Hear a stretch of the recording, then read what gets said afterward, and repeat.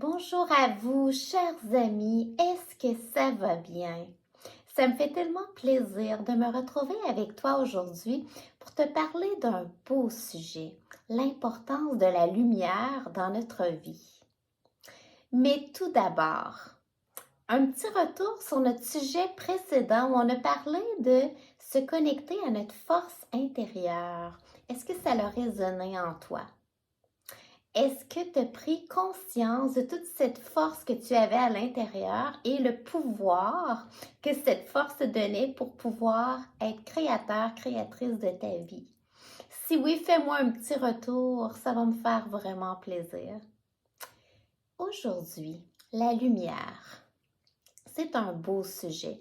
Puis je choisis de t'en parler aujourd'hui parce que, dépendamment du moment que tu vas regarder cette vidéo, ici présentement, on est début novembre, à un moment où la lumière commence à baisser. Et moi, je connais plusieurs personnes qui se sentent plus déprimées, qui ont des dépressions saisonnières même, quand arrive l'automne. Puis, la force de la lumière a un très grand impact par rapport à cet état-là. Et j'en ai pris vraiment conscience quand que j'ai passé tout un hiver complet dans un pays chaud où premièrement, la force de la lumière était plus grande en partant et ensuite, il n'y avait pas cette fluctuation-là. C'est là que j'ai pris conscience premièrement de mon niveau d'énergie que je pensais très grand, mais qui était encore plus grand avec cette qualité de la lumière. Et aussi comment que l'humeur reste très stable quand la lumière reste forte tout le long. Donc, la force de la lumière a vraiment un gros impact. C'est important d'en être conscient parce qu'à ce moment-là, quand on n'est pas conscient de quelque chose, on ne peut pas agir.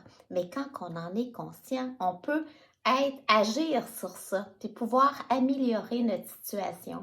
Donc, le pourquoi de notre vidéo d'aujourd'hui, ça pourrait être ça. Devenir conscient de l'impact de la lumière dans notre vie pour pouvoir améliorer notre qualité de vie. Sinon, trouve-toi ton pourquoi. C'est toujours important de trouver un pourquoi à un sujet. Ça nous aide à être plus intéressés puis à vouloir utiliser ce sujet-là. La lumière. Pourquoi que c'est si important? Là, au départ, on va parler de la lumière physique, la lumière du soleil. C'est pour ça que si tu habites dans un endroit que la luminosité diminue dans la saison hivernale, eh bien, je t'encourage premièrement à porter attention à cette diminution-là et peut-être à prendre des suppléments de vitamine D pendant toute cette période-là que la lumière baisse. Parce que c'est tellement important. La lumière du soleil nous aide à synthétiser notre vitamine D. Et notre vitamine D a un lien direct avec notre système immunitaire, avec notre niveau d'énergie et aussi avec notre humeur. Et rappelle-toi que notre niveau d'énergie, plus qu'il est haut, plus que tu as de l'énergie pour savourer ta vie. Donc, c'est important de garder un haut niveau d'énergie. Et si le fait que pendant quelques mois par année, le niveau d'énergie baisse à cause de la lumière, c'est des moments que tu as moins cette énergie-là pour savourer ta vie. Donc, ça vaut vraiment le coup de dire, pendant ces moments-là, je vais faire des actions concrètes pour venir combler cette diminution de lumière. Fait que la vitamine D, c'en est un. Certes, pour certains, ça peut être aussi d'avoir une lampe de luminothérapie. Ça peut être aussi de dire, je m'oblige à aller dehors pendant la période que la lumière est à son plus fort, au moins 15 minutes. Ça veut dire, si admettons, c'est vers entre midi et 2 heures, c'est pas gros prendre un 15 minutes, mais de dire à chaque jour qu'il fait beau, je vais dehors au moins 15 minutes vers le soleil pour pouvoir au moins capter cette luminosité-là. Fait que ça peut être tous des petits détails qui fait que tu viens chercher un peu cette lumière physique que tu as tellement besoin. Mais la lumière, c'est tellement plus vaste que la lumière physique.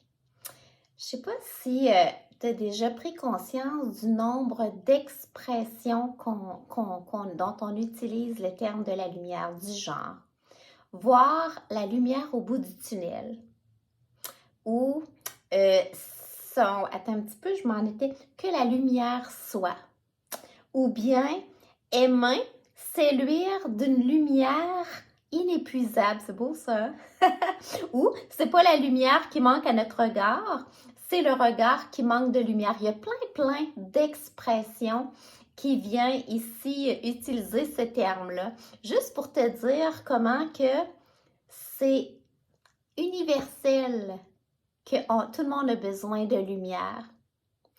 Et aussi, regarde comment on utilise la lumière dans toutes les célébrations. Comment que la lumière peut être rassembleur, du genre un feu d'artifice. Ça vient rassembler tout le monde. Faire un feu de joie dehors, faire un feu de camp, s'asseoir autour d'un feu et parler, faire griller des guimauves sur un feu. Faire un spectacle de lumière, soit sur l'eau, des fontaines de lumière, faire tous les spectacles de lumière. Mettre une bougie sur un gâteau d'anniversaire. Ce sont tous des moments où on utilise la lumière pour célébrer. C'est cool, hein? Fait que ça, on le fait souvent sans trop s'en rendre compte. Fait qu'aujourd'hui, dans le fond, ce que je te propose, c'est de faire la même chose en pleine conscience. Utiliser la lumière comme source physique, puis prendre conscience de comment ça te fait du bien.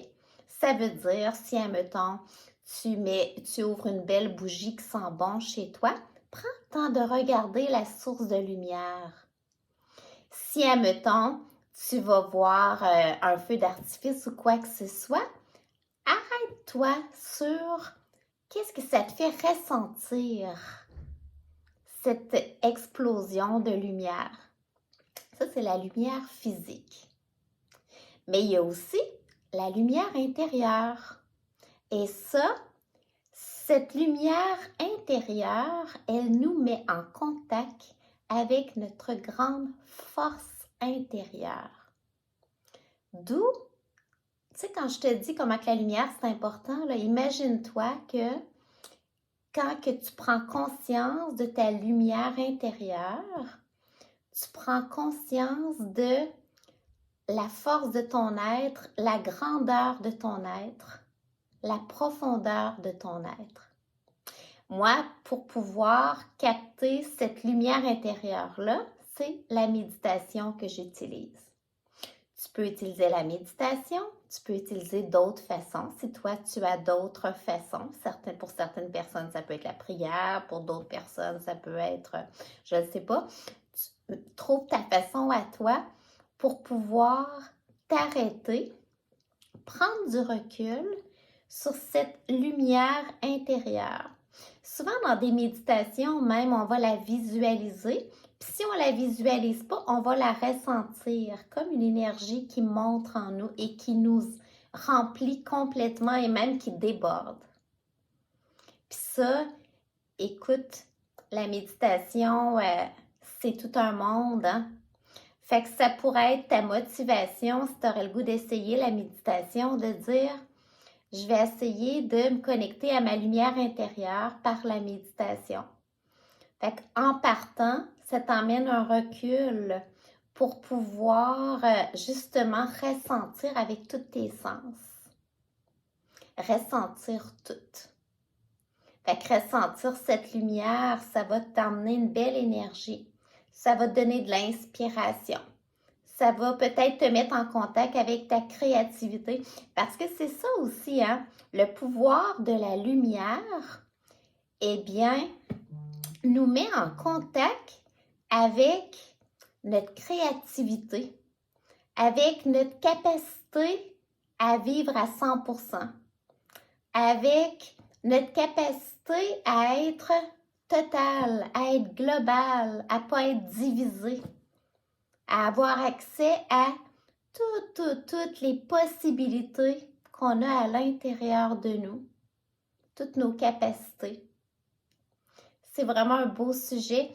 Puis, de s'ouvrir à la lumière, mon Dieu, juste d'en être plus conscient, tu vas voir que tu vas être plus porté à en profiter.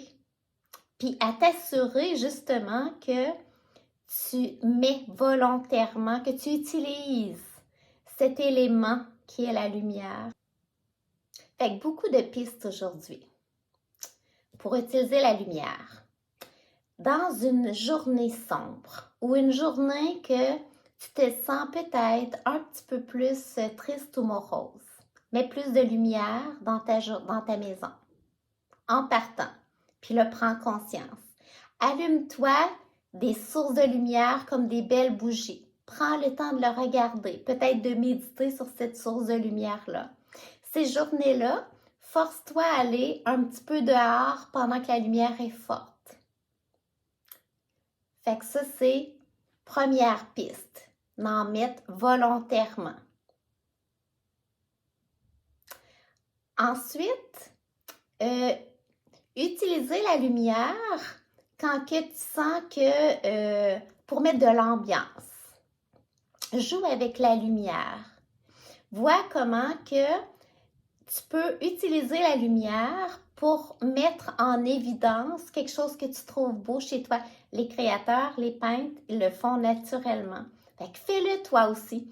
Si, admettons, c'est une journée où là, tu sens que c'est plus sombre, eh bien, viens trouver un élément que tu trouves beau, puis prends le temps d'utiliser la lumière pour le mettre en évidence.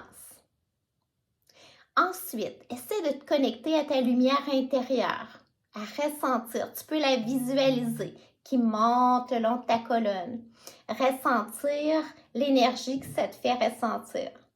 La force peut-être, et en étant conscient de tout ça et en t'arrêtant, tu vas être plus apte à ressentir des élans de créativité ou à te laisser inspirer.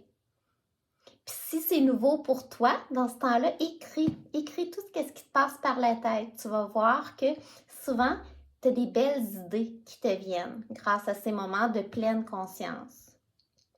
Naturellement, je vais être portée à te dire, rajoute la méditation à cet exercice. Et prends conscience maintenant de quand tu vas dehors, une belle journée ensoleillée, qu'est-ce que ça te fait, ces beaux rayons-là qui viennent sur ton visage, sur ton corps quand c'est l'été puis que tu as plus accès à une plus grande surface. Donc, l'accueillir, le savourer cette belle chaleur sur toi. Fait que ce sont toutes des pistes que je te propose de rajouter pour justement utiliser la lumière. Si des gens autour de toi se sentent plus déprimés, partage-leur qui mettent plus de lumière, de la lumière physique et qui utilisent aussi peut-être la lumière intérieure pour rajouter, parce qu'on est un tout, on est un être cœur, corps, esprit, plus que on met en symbiose tous les éléments, nos systèmes, plus qu'on a un impact. Parce que notre corps physique a un impact sur nos émotions et vice-versa. Et la pleine conscience, c'est toujours le début d'une belle aventure.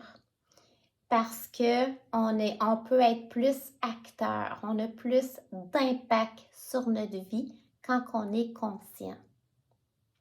De toute façon, un coup qu'on est conscient, on n'a plus le goût d'être pas conscient puis de subir. Parce qu'on s'aperçoit que on a vraiment le choix puis qu'on a le gros bout du bâton. Notre vie nous appartient.